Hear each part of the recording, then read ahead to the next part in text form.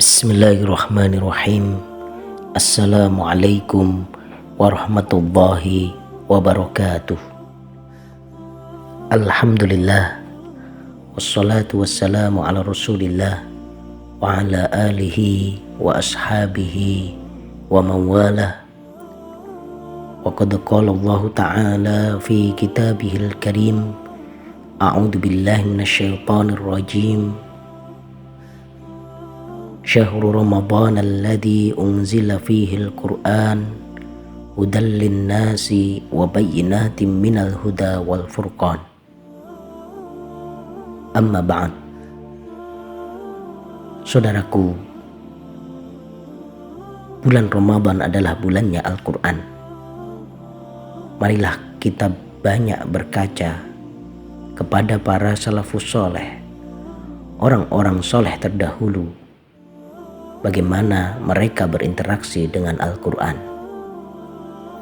Dalam perjalanan sejarah Islam, banyak ulama besar yang menjadikan Al-Quran sebagai pusat kehidupan mereka. Di antara tokoh besar dari generasi tabi'ut tabi'in adalah Al-Imam Abu Hanifah, seorang imam besar yang dikenal bukan hanya sebagai ahli fikih, tetapi juga sebagai sosok yang sangat dekat dengan Al-Quran. Kehidupannya menjadi teladan tentang bagaimana Al-Quran membentuk ilmu, ibadah, dan akhlak seorang ulama. Nama lengkap beliau adalah Nu'man bin Thabit Al-Kufi, yang lebih dikenal dengan nama Imam Abu Hanifah. Ia lahir di kota Kufah pada tahun 80 Hijriah, pada masa kekhalifahan Abdul Malik bin Marwan. Abu Hanifah pernah bertemu dengan Anas bin Malik menurut sebagian riwayat. Ia dikenal sebagai pendiri madhab fikih besar yang kemudian dikenal sebagai madhab Hanafi, salah satu madhab fikih terbesar dalam Islam.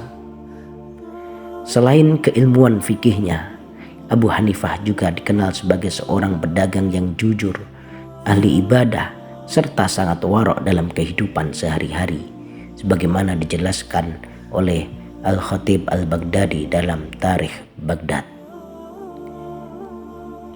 Terkait dengan Al-Quran, Imam Abu Hanifah memiliki penguasaan yang sangat kuat terhadap Al-Quran. Para ulama menyebutkan bahwa beliau hafal Al-Quran sejak kecil dan menjadikannya sebagai sumber utama dalam istinbat hukum. Dalam metode ijtihadnya, Al-Quran selalu menjadi landasan pertama sebelum hadis, ijma, dan qiyas. Hal ini menunjukkan kedalaman pemahamannya terhadap ayat-ayat hukum. Beliau juga belajar qiraat dan tafsir kepada para ulama Kufah yang merupakan murid dari sahabat besar seperti Abdullah ibnu Mas'ud yang dikenal sebagai salah satu sahabat yang paling ahli dalam Al-Quran. Kedekatan Abu Hanifah dengan Al-Quran juga tidak diragukan. Terlihat dari ibadah malamnya yang luar biasa. Banyak riwayat menyebutkan bahwa beliau sering menghatamkan Al-Quran dalam sholat malam.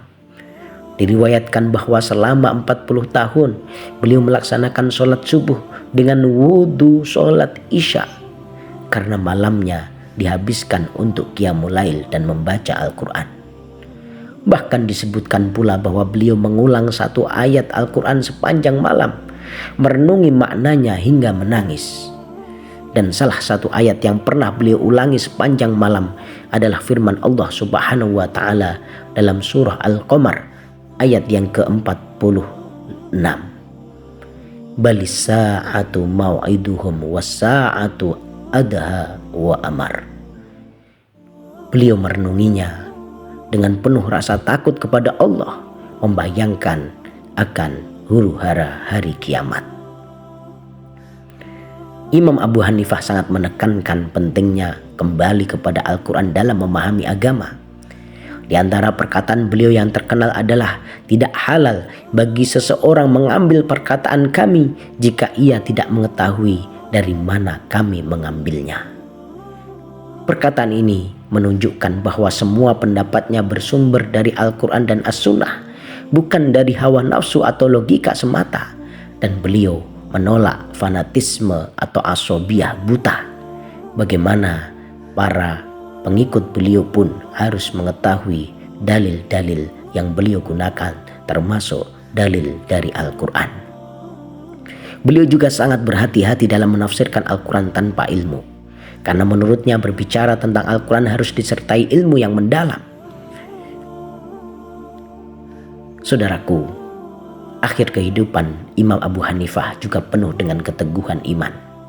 Pada masa pemerintahan Khalifah Al-Mansur, beliau pernah dipenjara karena menolak jabatan sebagai qadhi atau hakim negara yang ditawarkan kepadanya. Dalam penjara, beliau justru berkesempatan untuk menghidupkan malam dengan membaca Al-Quran dalam sholat. Akhirnya, beliau wafat pada tahun 150 Hijriah di Baghdad, dan disebutkan bahwa saat wafatnya beliau tetap dalam keadaan sholat beribadah kepada Allah. Kecintaan beliau kepada Al-Quran terus dikenang oleh muridnya seperti Abu Yusuf dan Muhammad Asy-Syaibani, yang kemudian menyebarkan madhab dan ilmu beliau ke berbagai wilayah dunia Islam. Saudaraku, jejak kehidupan Imam Abu Hanifah mengajarkan bahwa Al-Quran bukan hanya untuk dibaca, tetapi untuk dihidupi. Bahwa Al-Quran tidak sekedar dihafal, tetapi bagaimana Al-Quran harus menjadi landasan hukum yang diterapkan dalam berbagai sisi kehidupan. Imam Abu Hanifah telah menjadikan Al-Quran sebagai sumber ilmu, teman dalam ibadah malam, dan cahaya dalam mengambil keputusan-keputusan hukum. Di bulan Ramadan, kisah beliau mengingatkan kita bahwa kedekatan dengan Al-Quran adalah jalan untuk memperbaiki hati dan kehidupan. Sebagaimana para salafus soleh, Al-Quran bukan sekedar kitab yang dibaca sesekali, tetapi sahabat yang menemani siang dan malam, dan tentu menjadi lentera dalam kehidupan, menjadi sendi-sendi hukum yang harus diterapkan. Allahumma arhamna bil Qur'an waj'alhu lana imama wa nuran wa hudan wa rahmah. Allahumma dzakkirna minhu ma nusina wa 'allimna minhu ma jahilna warzuqna tilawatahu ana al-laili wa atrafan nahar. Allahumma ja'alna mimman yaqra'ul Qur'ana fayarqa wa la taj'alna mimman yaqra'ul Qur'ana fayashqa. Allahumma ja'alna lil Qur'anil Karim minal hafidhin wa ila ladidi khitabihi mustami'in wa 'inda khatmihi minal faizin. Allahumma ja'alil Qur'anil Karim rabi'a qulubina wa nura sudurina wa jalaa'a ahzanina wa dhahaba ghumumina wa humumina wa dawaa'a amradina ya rabbal alamin.